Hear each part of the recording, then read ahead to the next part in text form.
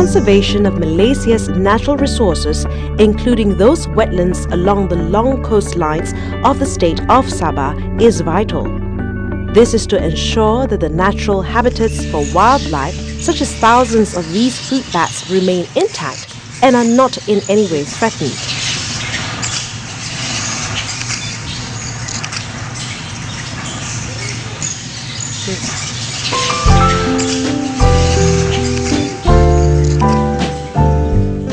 The ecosystem of wetlands is dynamic and highly productive.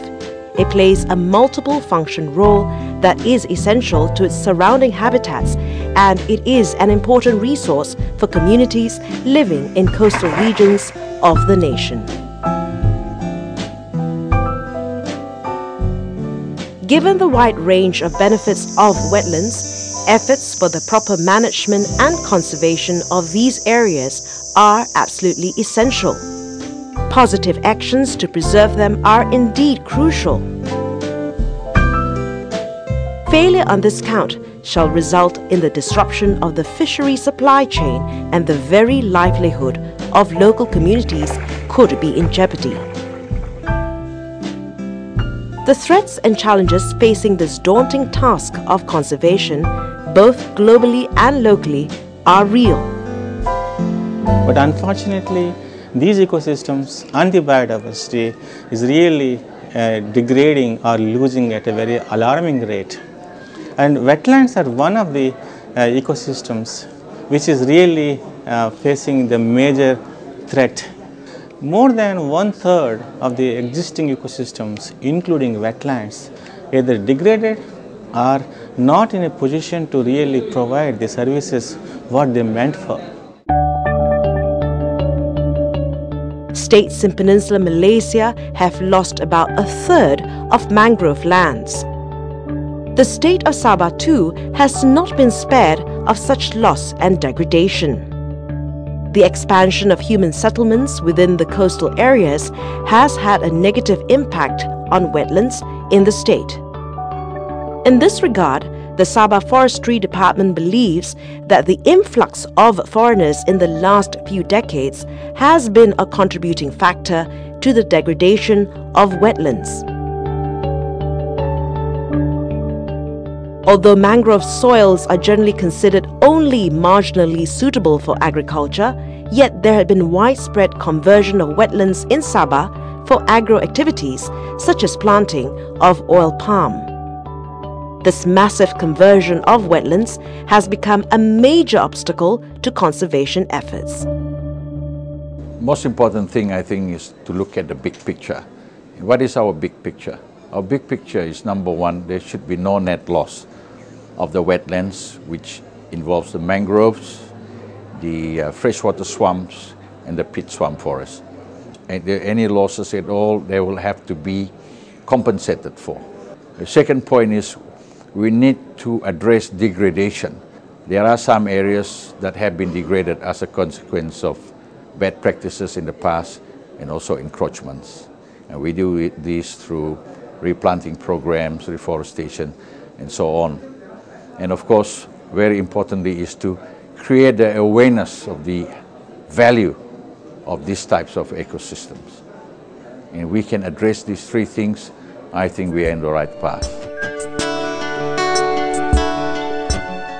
There are times when we need to see and appreciate the beauty of our land through foreign eyes. A United Nations official who visited Sabah in July 2011 has this to say of our land.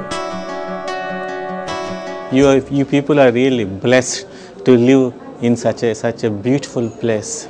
It's God's own gift to Malaysians, especially for the people of Sabah, to have such a very congenial nature. You are really living in the abode of nature, with very lush green forests, fantastic coastal marine areas full of reefs, etc.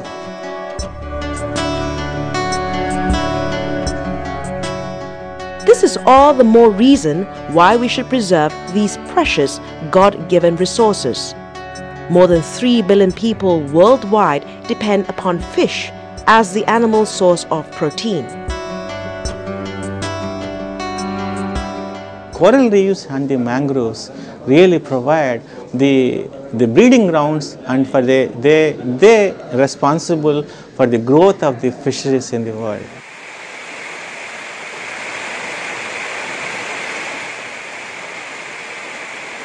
In Sabah, the state government has introduced a novel and traditional method of fishery conservation known as the tagal system. Local communities living along the banks of rivers in Sabah have been empowered by the government by way of this system to manage these rivers in a sustainable manner.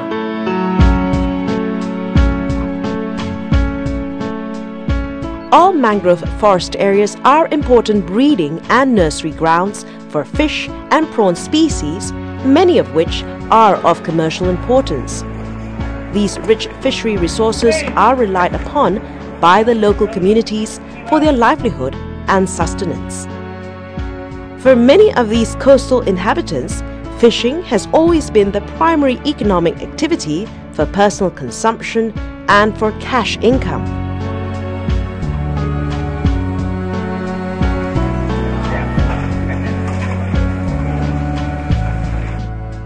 And Sabah is a very important place for the production of marine resources, exports of fish, prawns and all those things.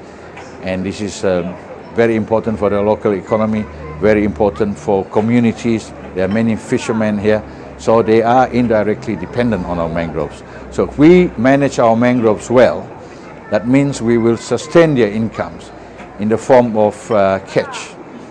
There will be no deterioration or reduction in catches. And mangroves play a critical role in this, in the protection of marine life, providing habitats for critical endangered species, possibility as a new ecotourism product, and all those things. Ecotourism has developed rapidly over the past 2 decades in Sabah, where many riverside lodges have sprung up along mangrove areas. These include those near Sukau in the lower region of Kinabatangan River and along the Garama River near the Klias Peat Swamp Field Centre in the Beaufort district, where visitors could enjoy nature at its best. They may take river cruises to watch wildlife in their natural habitat, such as proboscis monkeys, Borneo pygmy elephants, a variety of birds like the hornbills and the amazing fireflies in the evening.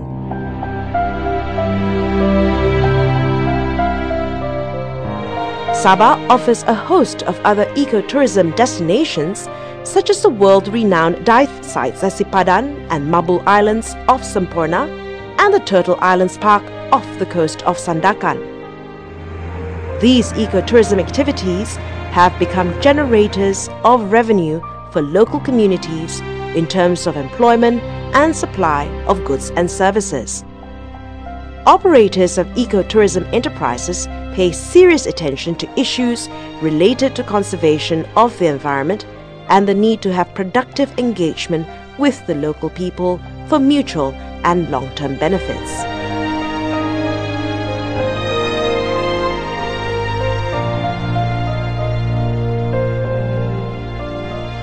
There is also grave concern globally as well as locally over the increasing pressures on water quality and quantity caused by the continued degradation and loss of wetlands.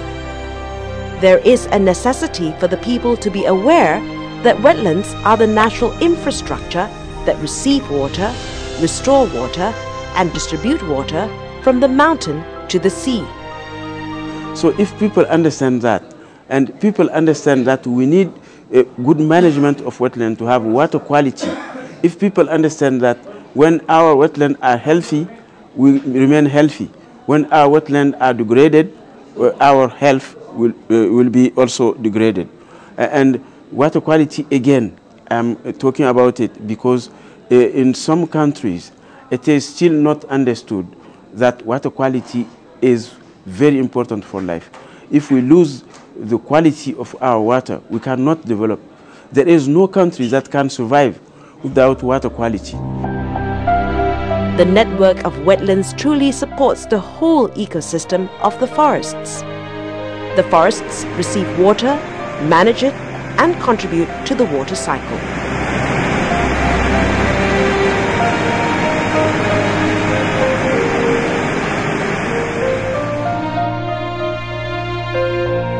Over 90% of the 340,000 hectares of mangroves in Sabah are largely still intact, and most of these areas are under the stewardship of the Sabah Forestry Department. Mangroves in Sabah are distributed abundantly in most of the coastal areas, accounting for 59% of the country's mangrove. Sarawak has some 23% and Peninsular Malaysia 18% of mangrove forests. Conservation of flora and fauna of mangroves in Sabah is assured under the state legislation, particularly the Forest Enactment of 1968. The total area covered by 22 mangrove forest and virgin jungle reserves is close to 328,000 hectares. The total mangrove areas that need to be rehabilitated in Sabah are approximately 3,275 hectares. They are in the coastal areas, and 2,440 hectares of which are under forest reserves. Since 2006, the Sabah Forestry Department has carried out a number of mangrove forest rehabilitation and conservation projects throughout the state. They include rehabilitation and restoration of degraded wetland areas, such as abandoned shrimp farms, eroded coastal areas, and encroached areas in mangrove forest reserves. First is the restoration of areas which cannot regenerate on their own as a consequence of encroachments, such as the existence of illegal shrimp ponds, fish ponds, and so on. And we have achieved about 800 hectares of such restoration work, costing us just over 5 million ringgit. The department has also entered into a collaborative effort with the International Society for Mangrove Ecosystems to implement a mangrove planting program in Sabah for the period from 2011 to 2014. The rehabilitation project is funded by the Tokyo Marine Insurance Company Limited of Japan. In 1999, we decided to plant mangrove to be more kind to the environmental of Earth. And we started doing plantation of mangrove in Asian countries and also some in Pacific Islands. But this time, because of the assistance from ISME, they were able to bring this project together with the state of Sabah, and so we have decided to fund this project. The Sabah Forestry Department is now looking into the possibility of developing a model area that would serve as an example of what should be done for mangrove forests in the state. It is similar to the Daramakot model for inland forests. The proposed area is at the Kuala Bonggoya and Kuala Labuk mangrove reserves in the Buluran district, covering about 70,000 hectares. Once the forest management plan for it is approved, implementation will commence. At our level, whereby we will try to look for potential collaborators, potential partners, because in order to put this under proper management, this will require huge resources. Actually, the whole idea for this is to apply the wise use of concept for wetlands in accordance with the Ramsar Convention. For sure, we'll have it implement on the ground, all those things, once it is approved. And that will address all the requirements of sustainability, which looks at the environmental part of it, the economic part of it, and of course the social part of it. So that's a model that has not been started, but is something which we want to implement soon. The Ramsar Convention registers sites all over the world in recognition of their richness and value in biodiversity. The largest of such Ramsar sites in Malaysia is located near the mouths of two major rivers in Sabah, the Kinabatangan and Sagama rivers. This Ramsar site covering just over 78,800 hectares of wetlands and intertidal forest, is within 3 forest reserves. These are the Terusan Kinabatangan Mangrove Forest Reserve, the Kulamba Wildlife Forest Reserve, and the Kuala Marwap and Kuala Segama Mangrove Forest Reserve. Herein is one of the richest wetland ecosystems in this part of the world. The recognition of the value of the site is the reason for listing it, and then taking action to manage the site to make it long-term conservation and long-term wise use of it. We are really taking seriously the linkage, the interdependence between forests and wetlands.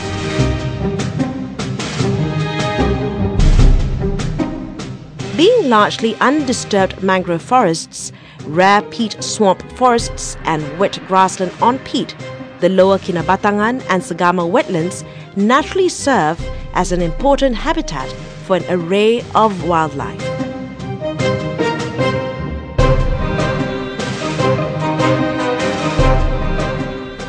These include some endangered species such as the wild water buffaloes known as tembadaus,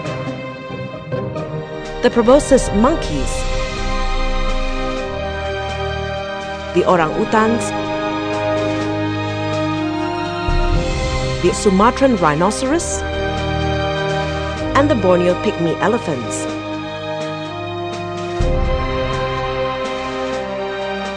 There is also a variety of migratory birds and protected bird species found within the site.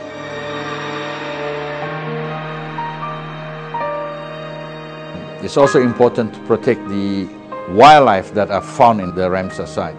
Our job before the formulation of the Ramsar site certification was to protect that area, to allow some small-scale exploitation for local use and all that.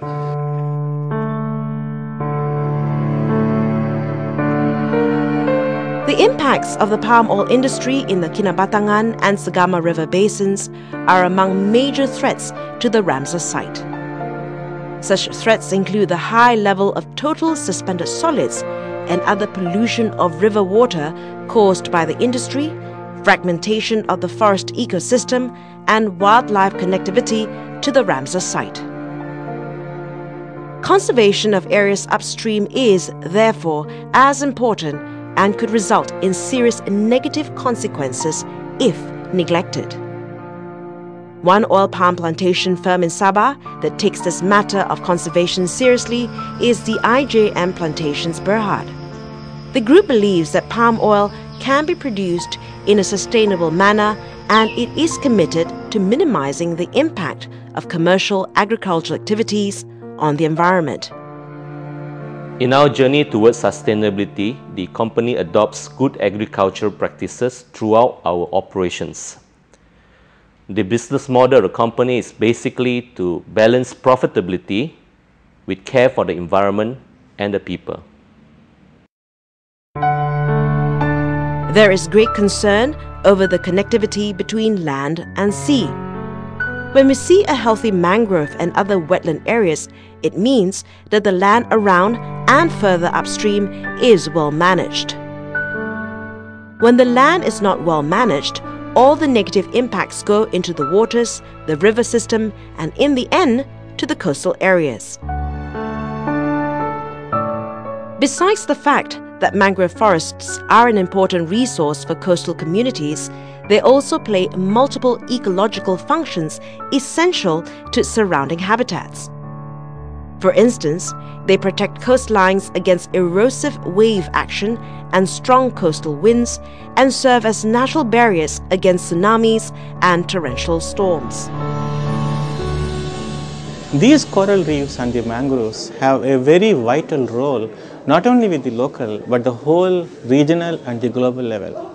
For example, when the tsunami affected in India 10 years back, I think 2006, where the intact mangrove ecosystems were there, the loss, both the property and the human loss, was much less than where the degradation takes place. That is one example where you can see how much the benefit, the intact mangrove ecosystems can really provide when we face with the natural disasters. Mangrove forests also prevent salt water from intruding into rivers. They also help retain, concentrate, and recycle nutrients and remove toxicants through a natural filtering process. The Kota Kinabalu Wetland Centre, a 24-hectare mangrove forest, was originally designated as a bird sanctuary by the Sabah government in 1996. 2 years later, it was declared a state cultural heritage site. Now, the state government is seeking it to be registered as a Ramsar site. I had the opportunity to visit the site. Mangrove area are very important all over the world. And this site is also very close to the city.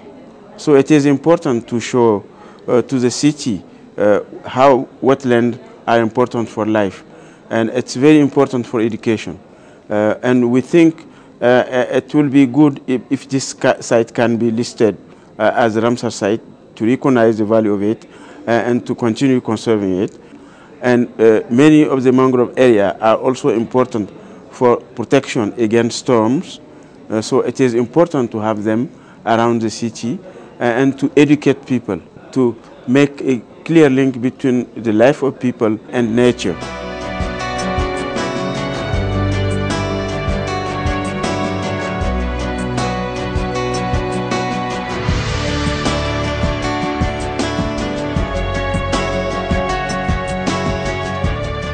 The Kota Kinabalu Wetland Centre, managed by the Sabah Wetlands Conservation Society, carries out activities to create awareness and support from the general public on the importance of mangroves and other wetland ecosystems. The society too implements projects that promotes the conservation, education, recreation, tourism and research in various parts of the state.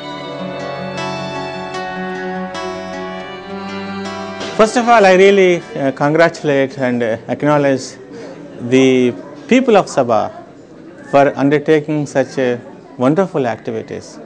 We have visited the wetland center, the communication, the importance, the awareness which the center is creating about the value of the wetlands is unprecedented. And also the people are very aware about the value and virtue of these wetlands.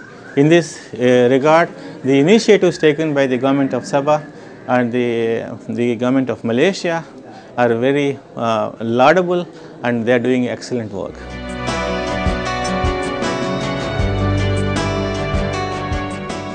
There are challenging times ahead. Globally, the years 2011 to 2020 have been declared by the United Nations as the decade on biodiversity.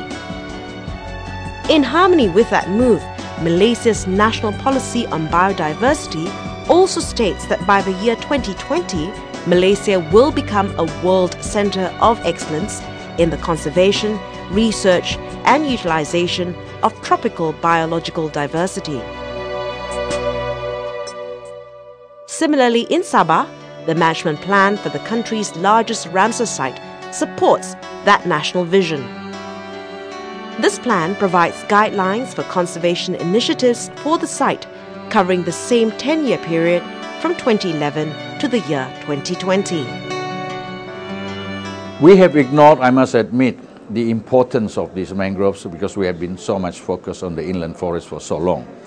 But now our approach is broader, more. We look at many things now. In the past, we were just looking at timber. But our approach is multifocal. We look at the multiple resources that come from forests, the benefits, the ecosystem services, and all these things are now more important, if not more important, than timber production.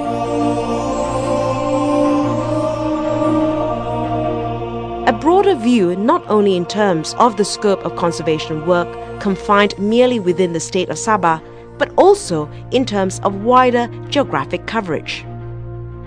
Conservation actions at the Ramsar site in the next decade are also crucial in support of the larger Coral Triangle initiative. They will also help promote the conservation of the Sulu-Sulawesi marine ecoregion, which is also dubbed as the cradle of corals. Given such crucial role of global significance, the Ramsar site and all other areas of wetlands in Sabah must therefore be preserved at all cost.